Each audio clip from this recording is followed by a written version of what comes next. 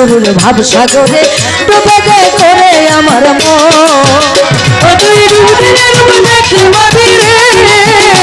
তুই ডুবে দেখতে পাবি রে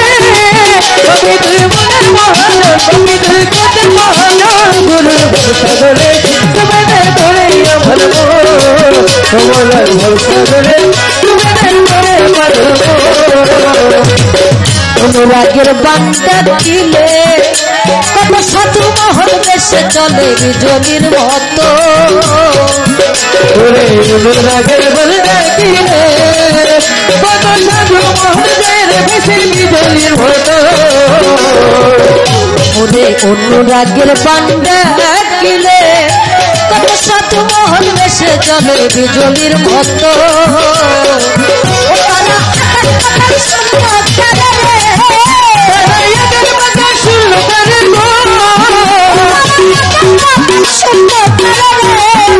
সদাই করে বিচরণ সদাই করে বিচরণ ডুবে করে আমার মন মাওলার প্রেম সাগরে ডুবে করে আমার মন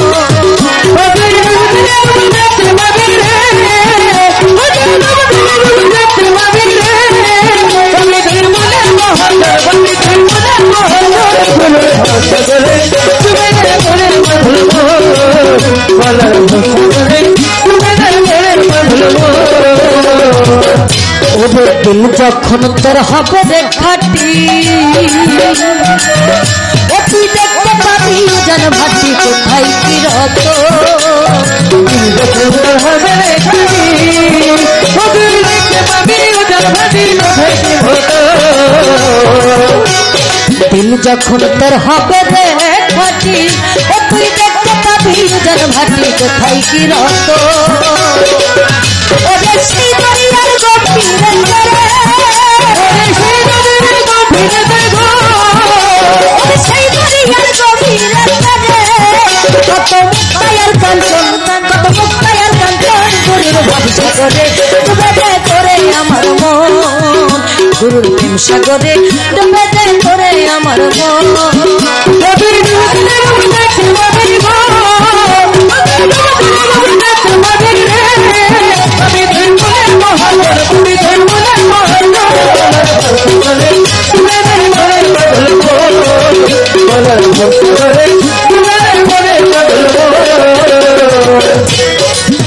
নদীর কোলে বসে ভাবছ কি রে মন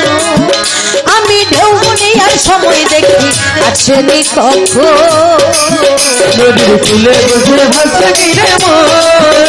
নদী ঢেউনি আর সময় দেখি আসেনি কখন ও নদীর কোলে বসে ভাবছ কি রে মন আমি ঢেউনি আর সময় দেখি আসেনি কখন আমার দিনটা ফুরাইয়া গেল রে আমার দিনটা ফুরাইয়া গেল রে ফুরাইয়া গেল রে আমি নাই মনে ভালো মনে গুরুর ভাব সাগরে ডুবে করে আমার মন গুরুর ভাব সাগরে ডুবে করে আমার মন গুরুর ভাব সাগরে ডুবে করে আমার মহাজন সেই মহাজনকে পাইতে হলে আমি আগে বলেছি কামেল গুরুর সঙ্গ করতে হবে যতক্ষণ পর্যন্ত এই প্রেমের সাগরে আপনি ডুব না দিবেন শরীয়তের আলেম কি আর এই মজা বুঝবে কয় নাবালিকা বুঝে কি প্রেমের জ্বালা নাবালিকা কি কোনো কিছু বুঝে যতক্ষণ পর্যন্ত প্রেম সাগরে ডুব না দিবেন ততক্ষণ পর্যন্ত মারফতের মজাও আপনি বুঝবেন শরীয়ত বলতে আসমান হতে জমিন পর্যন্ত যা কিছু দেখা যায় এটাই হচ্ছে শরীয়ত আর মারফত হচ্ছে গোপন গোপন তত্ত্ব বা গোপন রহস্য যাকে বলা এটা একমাত্র যার যার মুর্শিদের মাধ্যমে নিজেকে নিজে পরিশুদ্ধ করতে হয় নিজেকে নিজে জানতে হয় চিনতে হয় গুরুর বীজ মন্ত্র নিতে হয়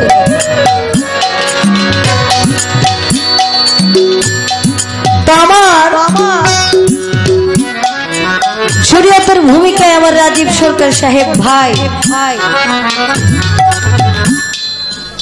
শরীয়তের 5টি স্তম্ভ হচ্ছে নামাজ, রোজা, হজ, যাকাত, কালেমা। এর মাধ্যমে সৃষ্টিকর্তা বা আল্লাহর শুকরিয়া আদায় তারা করে থাকে, তার উপাসনা করে থাকে, তার ইবাদত করে থাকে। তো বাবারে বর্তমান হইল ডিজিটাল যুগ, ডিজিটাল যুগ না? এখন মোবাইলের মধ্যে সার্চ দিবেন রাজীব সরকার লিখে অক্ষণে আপনার সামনে দাঁড়াইব। জুমাবাইতে লিখবেন আপনার সামনে এসে দাঁড়াইব। গুগলের মধ্যে যাই সার্চ দেন না কেন, পৃথিবীর যেই প্রান্তেই থাকুক না কেন, ওই লোকেশন আপনার কাছে আসতে বাধ্য। তাহলে দেখা যাচ্ছে দুনিয়াটা এখন মানুষের হাতের মুঠোয়, তাই নাকি? তো যেইভাবেই হোক একজন অপরজনের সাথে যোগাযোগ করাটা কিন্তু এখন খুব সহজ হয়ে দাঁড়িয়েছে। আগেকার দিনে দেখবেন চিঠির চল ছিল। একটা চিঠি কুরিয়ার সার্ভিসে দেওয়ার পরে এমনও সময় যাইতো মাস চলে যেত, তারপরে ওই যার কাছে চিঠি পাঠাইছে এর কাছে আর হাতে গিয়া পৌঁছাইতো না সহজে, উনি পাইতো মাসখানিক পরে ওই চিঠি। তো মনের ভাবটা প্রকাশ হতে অনেক সময় লাগতো, কিন্তু বর্তমান যুগে কোনো ব্যাপার না, বর্তমান যুগে কোনো ব্যাপার না যোগাযোগ করা। এখন আমার শরীয়তের আলেম যিনি, তার কাছে একটু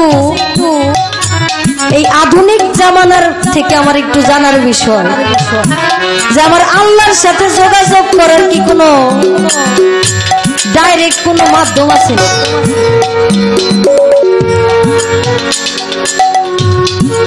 আপনার সাথে যোগাযোগ করতে যেমন আমার একটা ফোন নাম্বারের প্রয়োজন, আপনার অনায়াসে আপনার সিমে কল দিলেই সাথে সাথেই কথা বলতে পারি। তা আমার আল্লাহর কি কোনো নাম্বার আসেনি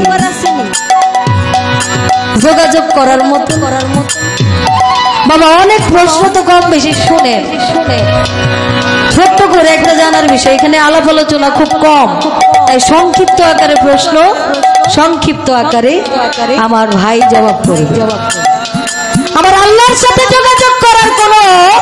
নাম্বার আছে কিনা যদি জানা থাকে একটু দাঁড়ায় বলবে, কোন মাধ্যম আছে কিনা,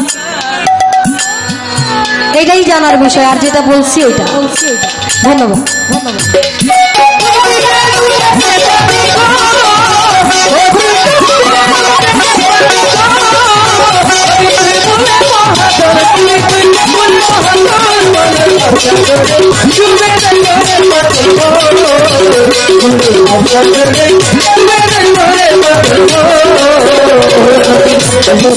ভাবছ কি রে আমি ঢেউগুলি আর সময় দেখি আসেনি কখন, নদীর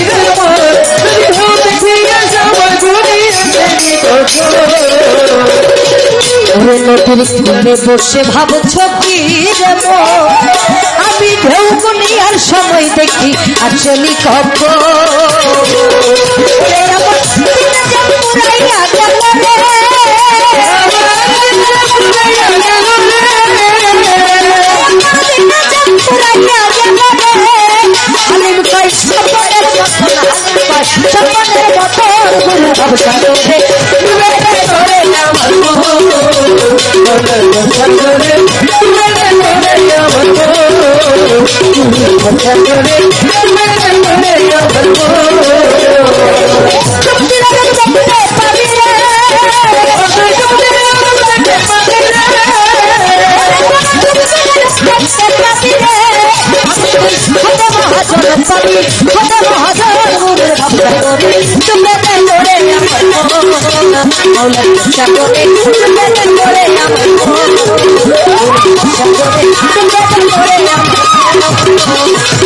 আমার আশার ফকির আমার হোসেন আলী ফকিরে